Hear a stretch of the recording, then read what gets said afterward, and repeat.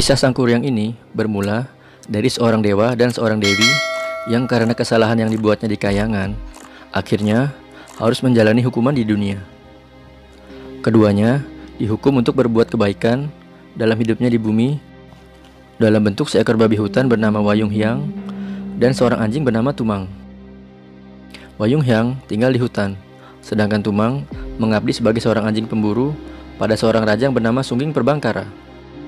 Pada suatu hari, Raja Sungging berburu ke hutan di tepi kerajaan, di suatu tempat yang dekat dengan tempat tinggal babi hutan Wayung Hyang. Raja Sungging kebetulan ingin sekali kencing. Ia kemudian kencing dan tanpa sengaja tertampung dalam sebuah batok kelapa. Selang beberapa saat, babi hutan itu yang sedang kehausan kemudian meminum air kencing Sungging Perbangkara. Siapa sangka, Wayung Hyang akhirnya hamil. 9 bulan kemudian, tepat saat Wayung Hyang melahirkan seorang bayi perempuan yang sangat cantik, Sungging Perbangkara yang sedang berburu kijang mendengar suara tangisan bayi.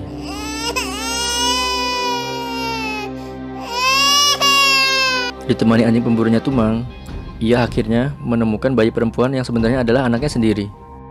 Karena terpikat oleh keelokan paras bayi itu, dan juga rasa iba karena melihat bayi itu sendirian di hutan, Sungging Perbangkara membawanya pulang dan mengangkatnya sebagai anak. Bayi perempuan itu pun kemudian diberi nama Dayang Sumbi. Dayang Sumbi kemudian semakin dewasa dan tumbuh menjadi seorang putri yang berparas sangat cantik. Dayang Sumbi pun diperebutkan oleh para pangeran dan raja. Perang pun terjadi di antara mereka untuk bisa memperebutkan Dayang Sumbi. Merasa tidak nyaman dengan situasi itu, Dayang Sumbi akhirnya meminta kepada ayahnya untuk menyendiri dan pergi dari kerajaan. Ayahnya pun mengizinkannya dan memberikan Tumang si anjing pemburu untuk menemaninya.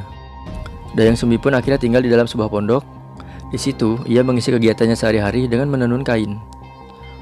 Suatu hari, karena mengantuk saat sedang menenun, alat tenunnya yang disebut torak itu jatuh ke lantai. Karena mengantuk, ia pun merasa malas untuk memungut torak itu. Sehingga ia pun bersumpah bahwa ia akan menikahi siapapun yang mengambil torak itu untuknya. Tumang, anjing yang ditugaskan menemani Dayang Sumbi, akhirnya mengambilkan torak yang terjatuh itu dan menyerahkannya kepada Dayang Sumbi. Demi memenuhi sumpah yang terlanjur diucapkannya, Dayang Sumbi akhirnya menikah dengan Tumang. Disinilah Tumang akhirnya memberitahu kalau ia sebenarnya adalah jelmaan dewa yang turun ke bumi karena menjalani hukuman. Tapi Tumang melarang Dayang Sumbi untuk memberitahunya kepada siapapun. Raja Sungging Perbangkara yang mengetahui putrinya yang cantik menikah dengan seekor anjing akhirnya merasa sangat marah dan malu, karena ia tidak mengetahui siapa sebenarnya Tumang. Yang ia tahu Tumang hanyalah seekor anjing. Dayang Sumbi akhirnya diasingkan ke hutan bersama dengan Tumang.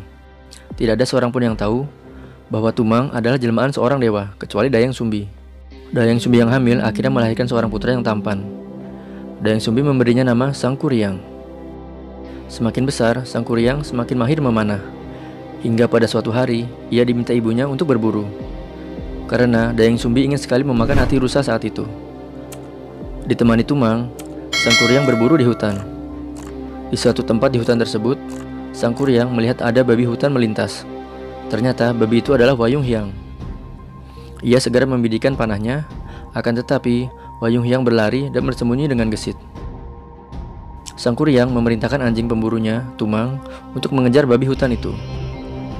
Tumang yang mengetahui jika babi hutan itu bukanlah sembarang babi, melainkan jelmaan dewi yang bernama Wayung Hyang, menolak perintah Sangkuriang.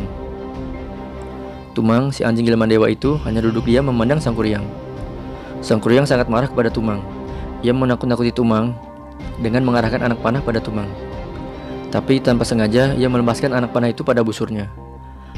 Anak panah itu melesat dan menghujam ke tubuh Tumang. Akhirnya Tumang pun tewas. Sangkuriang yang ketakutan bercampur putus asa akhirnya mengambil hati Tumang. Hati itu kemudian dibawanya pulang dan diserahkannya kepada Dayang Sumbi dengan mengatakan bahwa itu adalah hati rusa hasil buruannya. Dengan rasa gembira, Dayang Sumbi pun memasak hati itu. Kemudian mereka pun memakannya dengan lahap. Setelah selesai makan, Dayang Sumbi teringat akan Tumang. Ia bertanya kepada Sangkuriang, "Di mana Tumang?" Sangkuriang yang akhirnya mengakui bahwa Tumang telah tewas karena panahnya dan hatinya telah diserahkan kepada ibunya untuk dimasak. Dayang Sumbi pun sangat murka. Sangkuriang telah membunuh ayah kandungnya sendiri. Dengan sangat marah, kemudian ia mengambil centong dan memukul kepala Sang Kuryang dengan keras hingga terluka. Sang Kuryang yang ketakutan akhirnya lari meninggalkan Dayang Sumbi.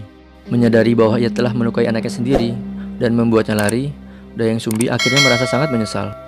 Demi menenangkan perasaannya, Dayang Sumbi akhirnya bertapa. Dalam pertapaannya, Dayang Sumbi kemudian dikaruniai umur yang panjang dan akan terlihat awet muda selalu. Sementara itu, Sang Kuryang yang lari dengan kepala terluka mengembara dan berguru kepada orang sakti.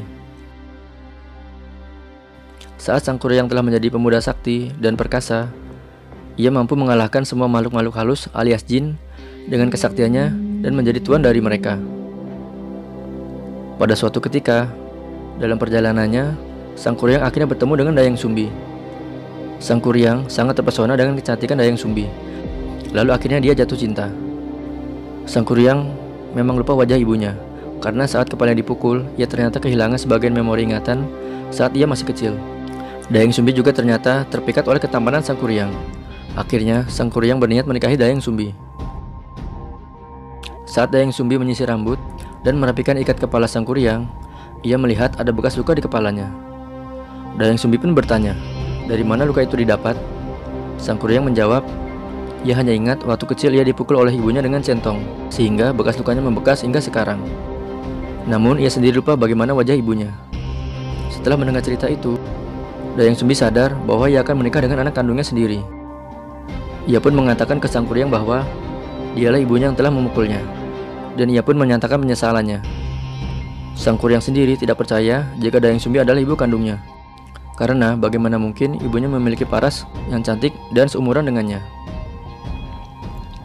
Ia hanya menganggap Dayang Sumbi hanya mencari alasan untuk tidak jadi menikah dengannya. Dayang Sumbi pun bersikeras menjelaskan bagaimana kisah Sang Kuryang saat kecil sebelum pergi. Tetapi Sang Kuryang tetap tidak percaya, karena terlanjur jatuh cinta dengan kecantikan Dayang Sumbi, dan tetap memaksa untuk ingin menikahinya. Akhirnya Dayang Sumbi pun mencari cara untuk menghindari terjadinya pernikahan mereka. Ia meminta Sang Kuryang membuatkannya sebuah danau lengkap dengan perahunya dalam waktu hanya semalam. Dayang Sumbi mengira ini adalah hal yang mustahil untuk dapat dilakukan oleh Sang Kuryang. Di luar dugaan Dayang Sumbi, Sang Kuryang menyanggupi permintaannya karena ia memiliki kesaktian sehingga mampu memerintahkan para jin untuk membantunya. Dengan dibantu jin, Sang Kuryang dengan kesaktiannya mulai membuat danau dan perahu.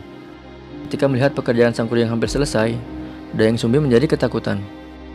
Akhirnya ia menebarkan kain-kain hasil tenunannya di arah timur. Kain-kain tenunan itu pun bercahaya kemerah-merahan di ufuk timur, yang menyebabkan ayam-ayam jantan mengira hari sudah pagi, dan kemudian mereka pun berkokok.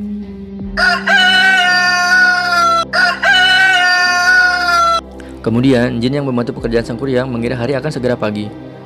Mereka pun segera berlari dan bersembunyi. Sang Kuryang tinggal sendirian dengan pekerjaan pembuatan danau yang hampir selesai. Karena merasa usahanya telah gagal, ia menjadi marah sekali dan mengamuk. Lalu dengan sekali tendangan keras, perahu buatannya terlempar jauh dan terkelukuk. Dalam sekejap, perahu itu pun berubah menjadi gunung, dan dikenal dengan nama Gunung Tanggupan Perahu. Lalu, Sang Kuryang mengejar Dayang Sumbi yang melarikan diri. Ketika Dayang Sumbi hampir terkejar oleh Sang Kuryang di Gunung Putri, Dayang Sumbi memohon pertolongan dewa. Ia akhirnya menjelma menjadi sekuntum bunga. Sang Kuryang terus mencari Dayang Sumbi hingga sampai ke ujung berung dan tersesat ke alam gaib. Demikianlah kisah cerita rakyat Sang Kuryang yang sering diceritakan turun-temurun. Bagaimana? Sudah bisa disimpulkan kenapa sebaiknya dongeng ini tidak pernah ada, atau lebih baik tidak diceritakan ke anak-anak.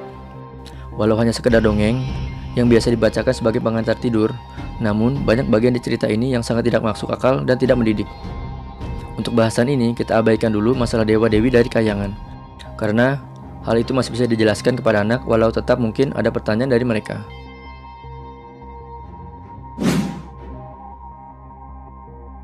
Yang paling menggelitik logika yang pertama yaitu bagaimana mungkin seekor babi walaupun jelmaan dewa sekalipun bisa hamil hanya dengan minum air kencing manusia. Lalu bagaimana babi ini ketika melahirkan sang bayi yang ukurannya tidak beda jauh darinya, kecuali babinya gede banget sih ya. Dengan hal apapun sulit menjelaskan hal ini kepada anak-anak. Seputus asa atau semalas apakah si Dayang Sumbi hingga ia mensyaratkan siapa saja bisa menjadi jodohnya hanya dengan syarat siapapun yang bisa mengambil alat tenunnya. sehingga ia merelakan akhirnya mau berjodoh dengan seekor anjing. Padahal sebelumnya diceritakan kalau banyak raja dan pangeran saling berebut untuk menikahinya. Lalu bagaimana pula cara mereka kawin hingga mempunyai anak Sangkuriang? Sungguh membagongkan.